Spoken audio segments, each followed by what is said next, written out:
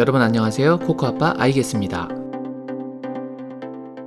아직까지도 손흥민 선수의 드라마틱했던 13분간의 해트트릭 감동에서 빠져나오지 못하고 있습니다. 제가 지난 영상에서는 손흥민 선수가 골을 넣었던 장면에 대해 손흥민 선수 개인적인 퍼포먼스에 집중된 분석을 해봤었는데요. 오늘은 포메이션 변화라는 환경적인 변화 요인에 대해서 분석을 해보려고 합니다. 저도 라이브에서 언급을 했었고 이미 유수의 많은 메이저 축구 채널에서도 이날 변화의 핵심으로 3-4-3 포메이션에서 3-5-2 포메이션으로의 전환을 이야기했습니다.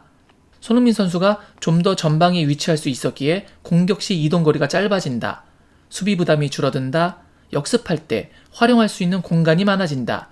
대략 이런 것들이 대부분 공통적으로 나오는 분석입니다. 그래서 저는 오늘 영상에서는 이미 여러 곳에서 공통적으로 언급된 분석 말고 아직 잘 다루어지지 않았던, 그렇지만 개인적으로 정말 중요한 요소라고 생각하는 것, 그것에 대한 이야기를 해보려고 합니다. 그럼 그 이야기 바로 시작하겠습니다. 콜롬비아 대학교와 스탠포드 대학교의 공동 연구진이 진행했던 한 유명한 실험이 있습니다. 그들은 캘리포니아 멜로파크에 있는 한 식료품 가게를 빌려서 재미있는 실험을 했는데요. 그 가게에서 한동안은 6종의 잼을 팔았고 다른 한동안은 24종의 잼을 팔았습니다. 어떨 때 더 장사가 잘 되었을까요? 더 적은 종류인 6종의 잼을 팔았을 때가 24종의 잼을 팔았을 때의 구매 비율보다 무려 10배나 높았습니다. 그리고 다시 구매하는 재구매율은 그것을 넘어서는 15배가 높았고요. 우리는 다양한 선택을 해야 하는 세상에 살고 있지만 때로는 오히려 이것들이 우리를 불편하게 하고 선택과 집중에 방해 요소로 작용하기도 합니다. 햄릿 증후군 같은 결정장애, 즉 선택의 패러독스가 생기는 것입니다.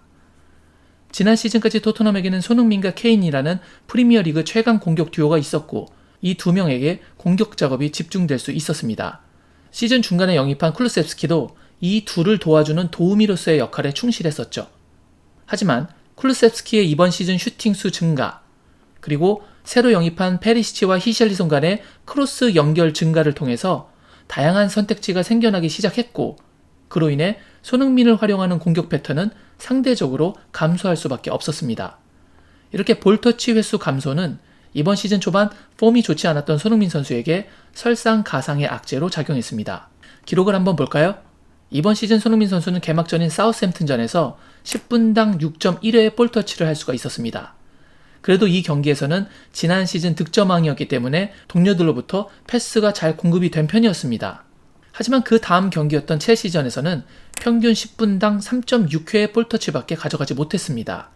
그리고 그 다음 울버햄튼전에서는 10분당 5.1회 터치, 그 다음 노팅엄전에서는 10분당 3.5회 터치로 이번 시즌 최저 볼터치를 기록. 역시 다음 웨스트햄전에서는 10분당 3.9회로 정말 적은 3점대의 터치를 연속으로 기록했습니다.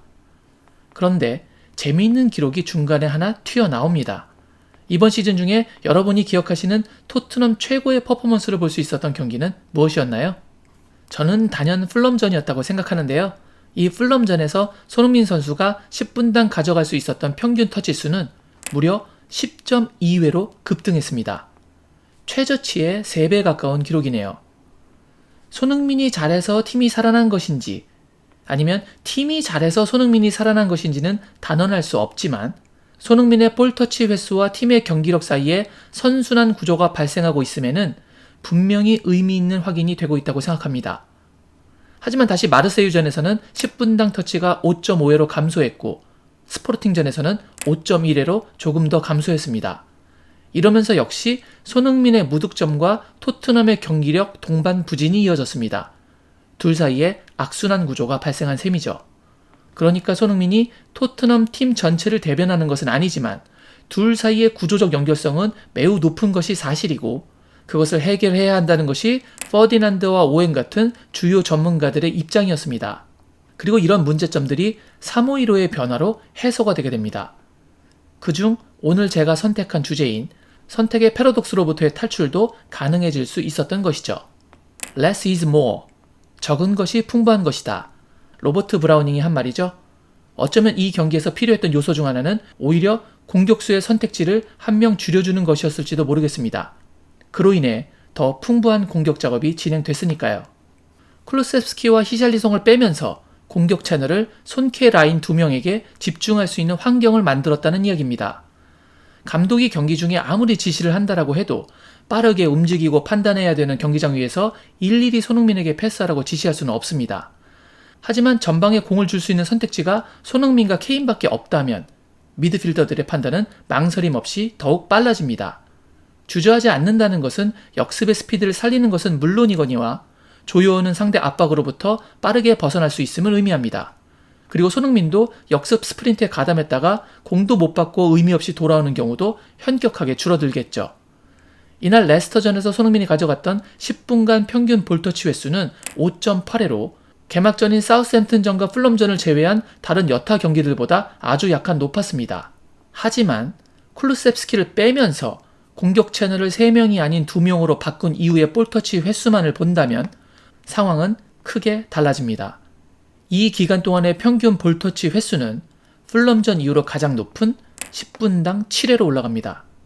이 경기에서 손흥민 선수가 총 18번의 볼터치를 가져갔는데 그중 무려 14번이 투톱으로 전환된 이유입니다.